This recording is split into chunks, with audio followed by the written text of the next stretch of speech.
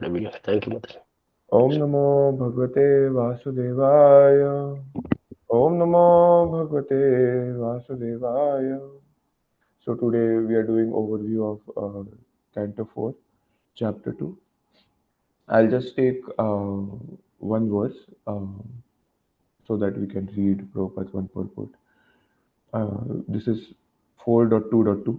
Kastam charachara gurum nirvairam shanta vigraham atma ramam katham dvishti jagato daivatam mahat.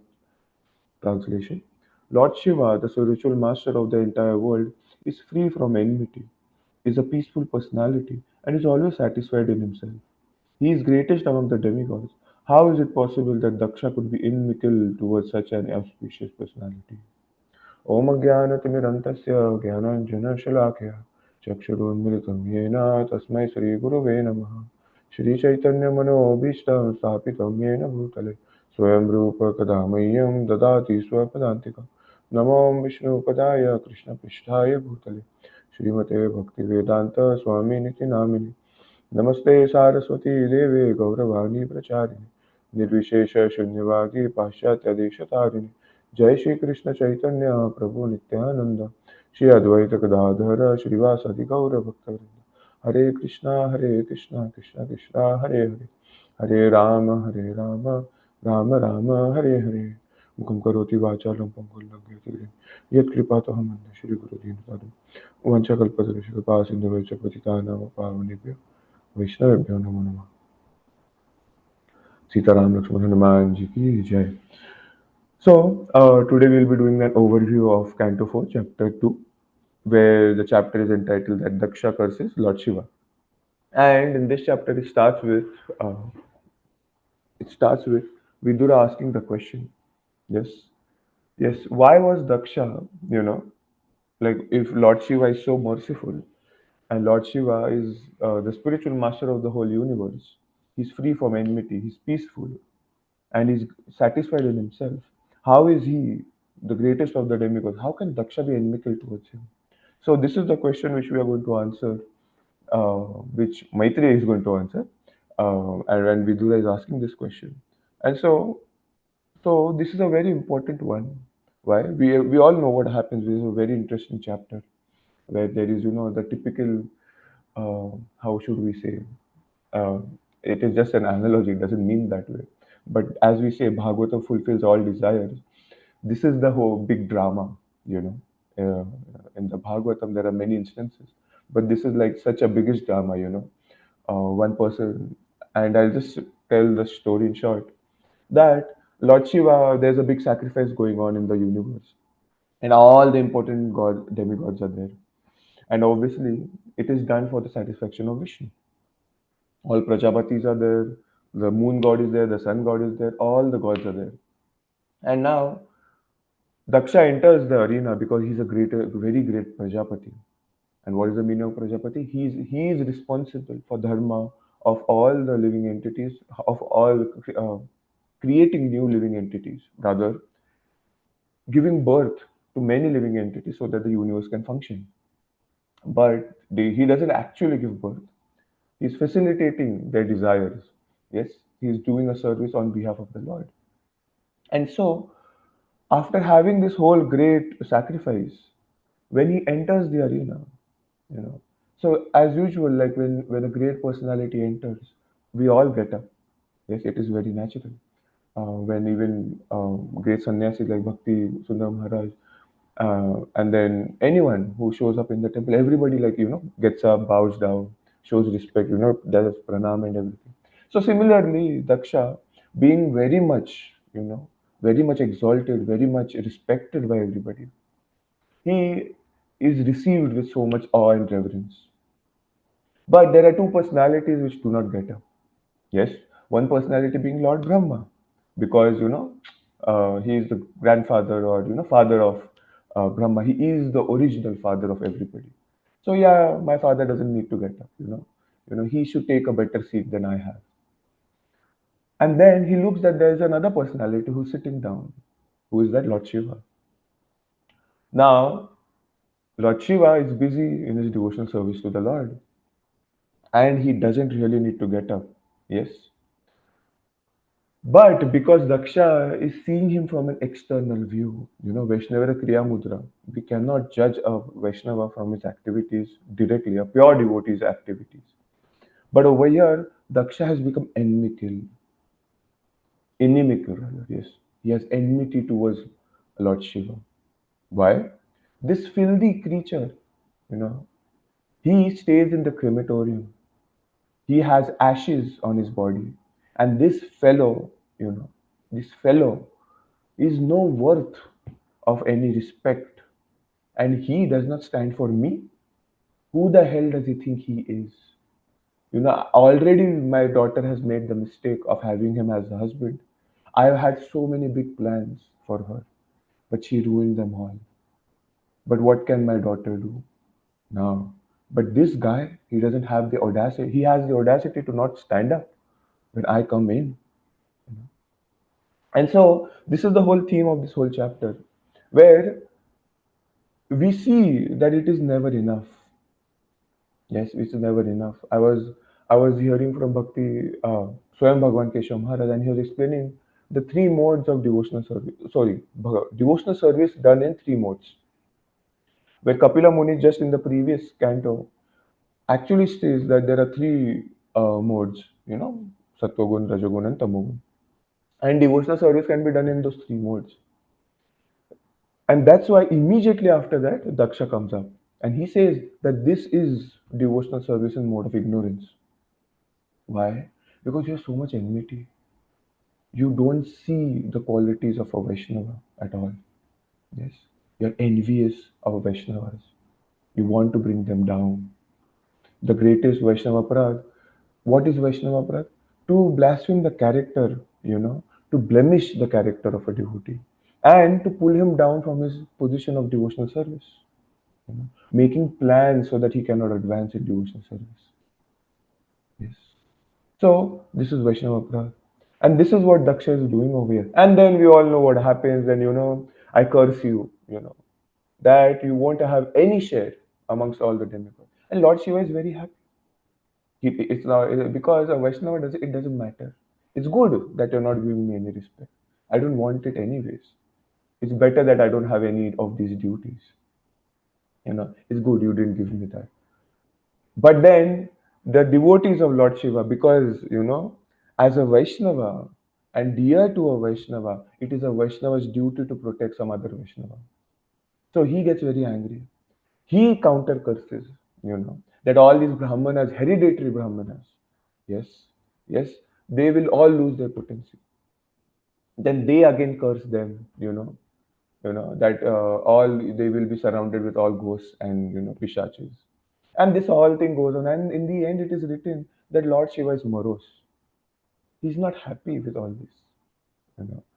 So we have to see that sometimes we like soap dramas so much, like K dramas, soap dramas, that this happened and that happened. This person said this, then this person said this, and what, that person cursed him, and then he cursed him. Oh, it was very interesting, Prabhu, you know. So this all comes into the category of mode of ignorance. So we have to be careful about this. So this whole chapter goes on this, and today being Ram Navami, we'll highlight some points of because it's my turn today in the class also for Bhagavatam. So I will continue. We'll start with Ramayana and then we'll continue in the class also. But if we can see that it's never enough, yes, it is never enough. Why is Daksha having a problem? Bhoktaram yadne tapasam sarva loka maheshwaram. He cannot understand that everything belongs to the Lord, and is not able to see why, due to his personal frustrated desires, and because of his frustrated desires and uncontrolled senses, even though he is the Prajapati, but he has uncontrolled senses. Why? Because he is not using them fully in the Lord's service. That's why they are uncontrolled. And so what happens? This frustration creates anger. And then Vinashkale Viparita Buddhi. Okay. And what happens in Ramayana is the same thing. Yes. So there's an analogy given between what happens actually with Lord Ram and Lord Sita when they are in Vanvas, when they are actually traveling into the forest. What happens is that we saw the drama on these two Sundays, and it was so beautiful.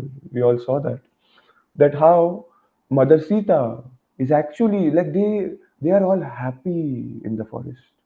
Yes, Lord Ram is so happy. Mother Sita is very happy. Lakshmana is very happy serving them too. He is getting to serve them all on his own. He's more than happy. Everybody's peaceful. But you know, the nature of this material world is that even the Lord shows up over here. It's all dukkhale mashashvatam. He is never hampered by it. But he's showing that, Shukdev Goswami says in ninth canto, when Ramachandra's pastimes are there, he says that, it's all suffering. It's all suffering. And the way Lord Ramachandra has shown, yes, there's so much suffering going on, you know.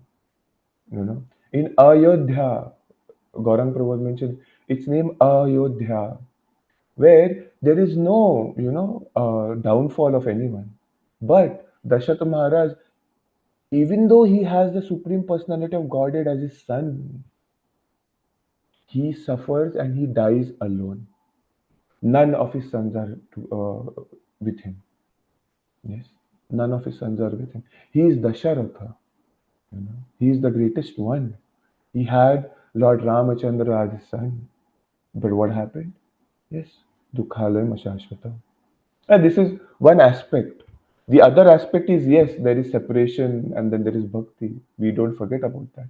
But Lord Ramachandra, from his pastime in the Ramayana, is showing how the world works and how one should move on. Yes, how should one move on, where even when the sufferings come about in our lives. So we enter the forest, and it's said, that everything is going so nicely. Yes. But Surpanaka comes into the picture, and we saw Hansini playing the role so beautifully, you know. And she says, and it was so beautiful to see everyone enact that play. And I was like, oh, it's so nice. You can actually, there's so much to say, there's so much to act on one act itself. When Surpanaka interacting with them, it can be so big, you know. And that's why it is so important for us to hear. Yes, if we hear and drink from the ears, it is more relishable. Yes. So when Surpanaka actually enters the arena, yes, she's so attracted by Lord Ramachandra. But her attraction is for whom? It is for herself. She wants to enjoy Ram. Yes, she wants to enjoy Ram for herself, not to please him, but to please herself. This is a very important aspect. And over here, Prajapati Daksha also, the duties are to be done in the mode of goodness without any attachment. Yes. But over here, we see the desires have been frustrated. And the same way, when Surpanaka encounters with Lord Ramachandra, yes, encounters with Lord Ramachandra, she is attracted so much to Lord Ram. She wants to enjoy him without Lord Sita. She doesn't want to serve. Yes. Love means devotional service. Yes. Bhakti means devotional service. Prabhupada actually quoted this word. Yes. Devotional service. Why? Because in love, there is always going to be devotion. Yes. But there is going to be service too. Does the mother say to the child, that I love you so much, I love you so much, you be happy in my love. Okay, you be happy in my love. You don't need to be fed because be happy in my love. No. The mother makes sure that the child gets everything. The father makes sure that they get the right attitude, they get the right values. They engage themselves so much for the well being of their children. What is that? That is love. In our Indian culture, um, it's not that the parents have to come and say again and again. My one of my relatives in the US, The kid was mentioning to her mother, that why don't you say you love me, Like, look at other parents. They say, oh, this and this, I love you so much, and blah, blah, blah. And then my relative was telling me that this is not, we have never heard this. Like, my mother has never said to me, she loves me, and that, oh, I love you so much, I care for you so much. No, but in her actions, I know her attachment. In her actions, I know she's so much, thinking about me. She protects me so much. She loves me so much. She doesn't even have to say that. It is so obvious, you know, you know. So some things which are like, it's a little cultural thing, I think. It's totally different. But in their actions, you can see how much people can love you. And that's why devotional service to the Lord, we are showing Him, we're trying to show Him, and we're expressing all these angas of bhakti are to show Him that we love you so much. You know. Yes, when Vamsi Gopal Prabhu, Nampriya Mataji, every day when they set up the call, yes, the dedication is there to show that yes, see, we're trying. We want to be near you. We want to love you. This is our goal of our life. you know. And when we maintain the vows, when we do our chanting nicely, when we are coming together and associating and chanting the Lord's name, the Lord feels very nice. The Lord is so happy. And because the Lord is so happy, we are happy naturally. But over here, Surpanakha is actually wanting to fulfill her own desire. Yes. But that cannot happen. And hence, Lakshmana, to protect Lord Ramachandra, yes, yes, he actually cuts her nose. Why? Because you cannot kill a woman. And Surpanakha is also not ugly. She's beautiful. But being a Rakshasi, and then the whole vow and everything, because of her frustrated desire, she goes back to Ravana. And now she wants the destruction of Ramachandra. Blinded by her own frustrated desire, she's pushing her brother into hell. You know. She tells Ravana that, see, he single handedly, killed all the armies which were sent with Surpanakha. Now, if she knows, if she really loves her brother, it's like, why do you want to do all this? It's fine. Okay, let's not go into all this. She could have said so many things. But no. What did she do? She enticed Ravana with Mother Sita's beauty. Yes. Yeah, how beautiful she is. You should enjoy like him. Why is Lord Ramachandra enjoying? You know, you know. We wanted to enjoy like Krishna, and that's why we come to the material world. Yes, this is the statement. Prabhupada tells us. This is the same thing Surpanaka is telling Ravana, that who are you? You know, rather than saying you are the soul and you are the servant of Krishna and Lord Ramachandra, she's saying you are the enjoyer and proprietor of this world. And the modern education tells us, it makes us think that we are the enjoyer and proprietor.